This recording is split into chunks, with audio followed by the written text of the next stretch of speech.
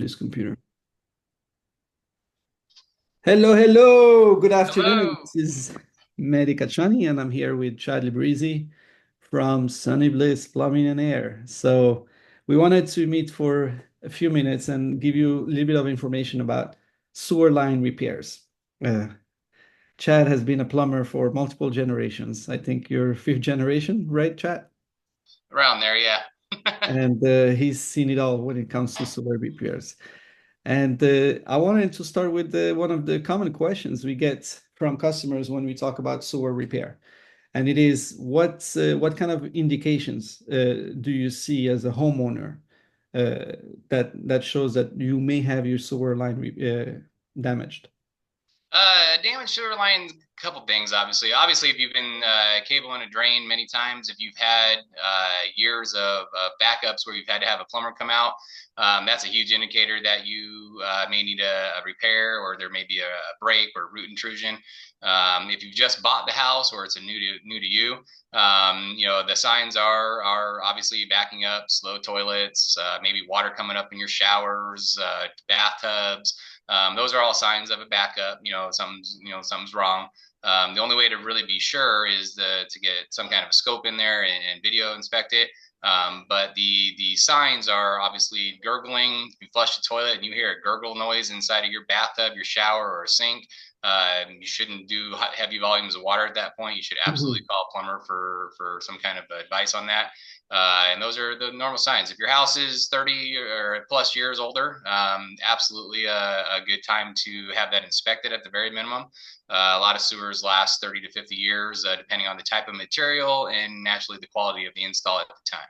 So, That's very helpful. Thank you. So, but repetitive issues with your drainage system usually indicates that there is a bigger yeah, problem potentially. absolutely. Yep.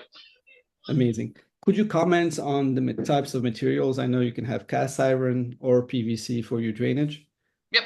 Yeah. Even years ago, there was even a material called Orangeburg, which was more of a tar paper pipe. So, and that's what a lot of the homes that are going to be 50 plus years or so or older, they're going to have this material. It was essentially just that. It was a piece of tar paper that they just wrapped and wrapped and wrapped and compressed it. Wow. And then over time, the ground and all the moisture around that compresses that pipe. Instead of having a nice round pipe, you got a nice oval pipe. That also makes that pipe very susceptible to root intrusion and just breaking from just the natural earth, especially if it's in somebody's front yard and they Mhm. drove over it at any time in the last 50 years. That would compromise the sewer. So that's one really bad pipe that's out there. We've got PVC, cast iron, thin wall PVC, all these different types of Mhm. materials that are almost all susceptible to root intrusion if it was either improperly installed, a very, very big root, or if it's shallow and it's near a driveway. If you're driving over a sewer and it's under 4 feet deep, that is the easiest way for it to become compromised. Whether it just be a small pebble or if you had like a dump truck drive over it, you can absolutely crush or collapse a pipe if it's near your driveway. Yeah. And if you do the replacement, typically what kind of materials do we install nowadays? Today we prefer using PVC.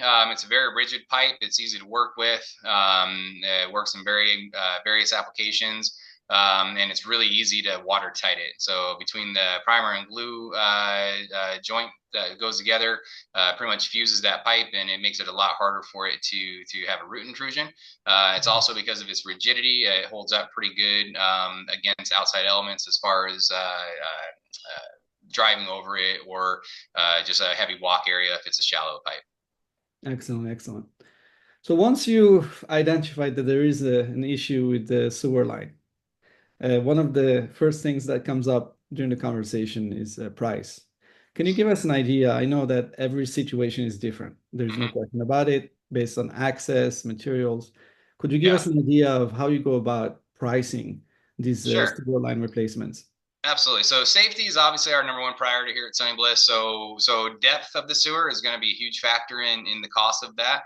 The deeper it is, unfortunately, the more safety equipment that's required to be used during that excavation. And we take our employee safety very seriously. So if it is over 4 feet deep, we are going to have to rent special equipment and put in shoring and boxes to make sure our guys don't have any kind of soil collapsing. And that does unfortunately add a little bit more to those. But if it's a regular sewer, 2 to 4 feet deep, It can range anywhere from 4,000 to minor repair, all the way up to around 10 to 15,000 if it's a very long sewer. So length and depth is really the main factors. Mhm. Then we also consider landscaping and access. So being in a backyard as opposed to a front yard, landscape versus dirt. A lot of different factors that we put into play to get you the best price for that sewer. Excellent. Do you always use equipment for excavation, or you do it manually sometimes? Yep, depends on the depth as well. If it's in an area that excavation makes sense because it's because of the type of the yard, the area. Again, excavators can cause a lot of damage itself. So we always kind of weigh the odds on what's better for the client. Whether an excavator is the best choice to use. If they've got dirt yard with no real care about the landscaping and they have a speed need, excavators are always preferred. If it's a well landscaped yard and it's under 4 feet, a lot of those will be hand dug to help preserve the landscaping. Excellent, excellent. No, I'm gonna throw an easy question to you. And one of the reasons I ask for it is some of the people that may be watching this video are in our market, but they may also be in other states, other areas. Sure. What advice do you have for people who are looking to hire a contractor, a plumber, licensed plumber for this job? That's a great question. Yeah, the biggest thing is you want to find somebody with a good reputation, licensed, insured. Sewer cabling. Even if you're stopped up and you just have a basic cabling, the plumber can get the cable stuck. They could cause more damage, and if they don't have the expertise or know-how on how to repair that, you could be in a worse shape than you were before you started. You definitely want to make sure they're licensed, insured, have a good reputation. Make sure if they're willing to upfront pricing.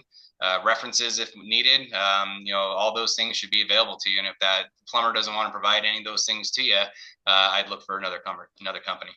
Excellent. Thank you, thank you. And I know this type of project can be costly, and our company offers financing. Can you comment on that? Yeah, What's yeah, the absolutely. process for getting financing, and how Yep. does it help homeowners? Yeah, generally, sewer replacement is not an expected project. It is kind of unexpected. Comes with a price tag that's not something that everybody wants to spend right away. So we do offer various forms of financing. Start from a basic, you can do a 10-year plan if you want to, or if you want to just kind of spread those payments out, we have a deferred interest and payment plan ranging from 6 to 12 months. So you can also spread that out if you'd like to. And then pretty much we have about 4 or 5 different real good options for the clients, but they're all here to help them to make sure that they don't have any added stress to the already stressful situation of having to replace a sewer. Excellent. This is all I needed for today. Thank you, Great. Chad. It's always Oh, it's nice my to pick pleasure. your brain. You're such a great resource, and we'll have more in this series. And yeah, that's it for now. Thank you. Sounds good. Thank you.